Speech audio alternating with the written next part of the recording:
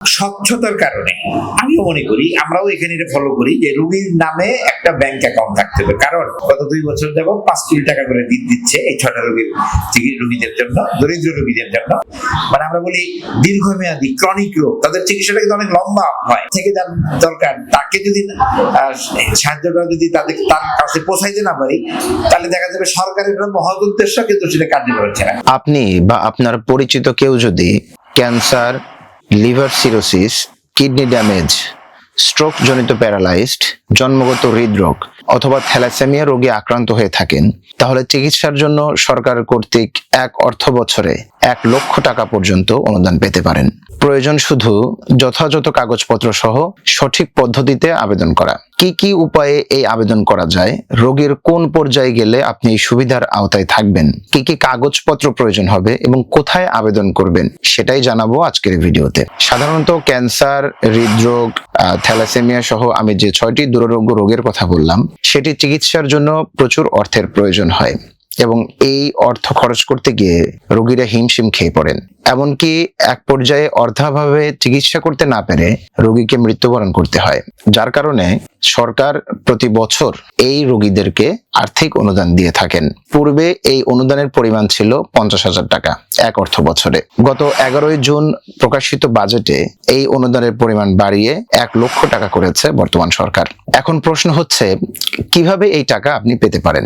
এই অনুদান পেতে গেলে রোগীকে কি কি শর্ত পূরণ করতে হবে, কোথায় আবেদন করবেন, কি কি কাগজপত্র প্রয়োজন হবে এবং সহজ পদ্ধতিতে কিভাবে আবেদন করা যায়, সেসব বিষয়ে বিস্তারিত জানার জন্য আমরা কথা বলেছি ক্যান্সার রোগতত্ত্ব ও প্রতিরোধ বিশেষজ্ঞ প্রফেসর ডক্টর মোহাম্মদ হাবিবুল্লাহ তালুকদার রাস্কিনের সঙ্গে। সমাজ কল্যাণ মন্ত্রণালয়ের অধীনস্থ যে অধিদপ্তর আছে, সমাজসেবা অধিদপ্তর থেকে, এটা কিন্তু আগে থেকেই আছে 50,000 টাকা 6টা দুরারোগ্য রোগের জন্য রোগীরা কিন্তু পাইতে পারে, এটা আগে থেকেই চালু আছে। এবং যে কোনো উপজেলা, জেলা পর্যায়ের অফিসারদের মাধ্যমে ওই যে ফর্ম আছে নির্ধারিত, সেইভাবে সেখানে কিছু নিয়ম কারণ আছে, ছবি দিতে হয়, অ্যাটাচ করতে হয় প্রথম শ্রেণী কর্মকর্তা দিয়ে, তারপরে চিকিৎসকের, এই সমস্ত কিছু দিয়ে এটা 50,000 টাকা পাইতে পারে। 2 ভাবে পাইতে পারে, একটা হলো যে উপজেলা বা জেলা পর্যায়ে ওইভাবে আসতে পারে, আর কিছু হাসপাতালেও সরকার টাকা দেয়। যেমন আমি এখানে বসে আছি, এখানে কিন্তু সরকার গত 2 বছর যাবত 5 কোটি টাকা করে দিচ্ছে এই 6টা রোগীদের জন্য, দরিদ্র রোগীদের জন্য 50,000 টাকা করে তাদের দেওয়ার জন্য। আমরা এখানে হাসপাতালের সুবিধা হলো যে এখানে যাতায়াত বাতায়াতটা আমাদের এখান থেকেই আমরা করি, সমস্ত ফর্ম ফিল আপ করা থেকে শুরু সব করে, শুধুমাত্র একটা ভেরিফিকেশন হয় যাতে ওই রোগী যাতে ওই একই অর্থ বছরে আরেকবার নেয় নাই বা অন্য কোনো সরকারি সাহায্য নেয় নাই, এটা একটা শর্ত।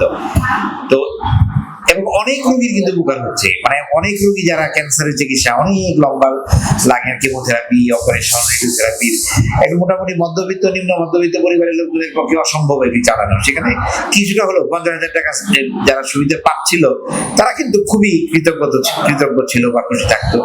এখন 1 লাখ টাকা হতে আমি মনে করি আরো সুবিধা হবে, কারণ এই রোগগুলো যেহেতু জটিল রোগ, মানে আমরা বলি দীর্ঘমেয়াদী ক্রনিক রোগ, তাদের চিকিৎসাটা কিন্তু অনেক লম্বা হয়। তো 50,000 টাকা দিলেও উপকার হতো, কিন্তু 1 লাখ টাকা পেলে তাদের আরেকটু উপকার হবে। আমি মনে করি তাদের, যেমন যদি একটা ক্যান্সারের অপারেশন সরকারি ভাবে যদি করতে পারে, তাহলে অল্প তেমন একটা টাকা লাগে না। এবং অনেক অলাভজনক হাসপাতাল আছে, সেখানে এই 1 লাখ টাকার কম খরচে অপারেশন হয়ে যাবে। যেমন আমাদের এখানেও তাই, 1 লাখ টাকার কম খরচে আমাদের এখানে অপারেশন হয়ে যায়, পুরো বড় অপারেশন করলে। আবার কেমোথেরাপি হয়তো দেখা যাচ্ছে 6 সাইকেল দিতে হবে, হয়তো 3-4 সাইকেলের টাকা এখান থেকে হয়ে যাবে, বা কারো হয়তো কিছু রোগীর বেলায় হয়তো 6 সাইকেল কেমোথেরাপির টাকাটাই হয়ে যাবে।